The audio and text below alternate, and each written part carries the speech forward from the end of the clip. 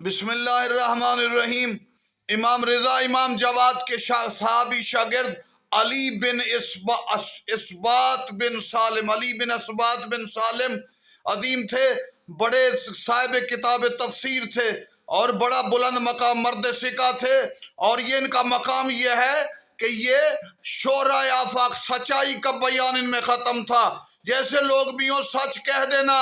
ये अली बिन इसबात बिन सालिम मेरे रिजा मौला तकी के सहाबी थे और इन्होंने बड़ी किताबें लिखी।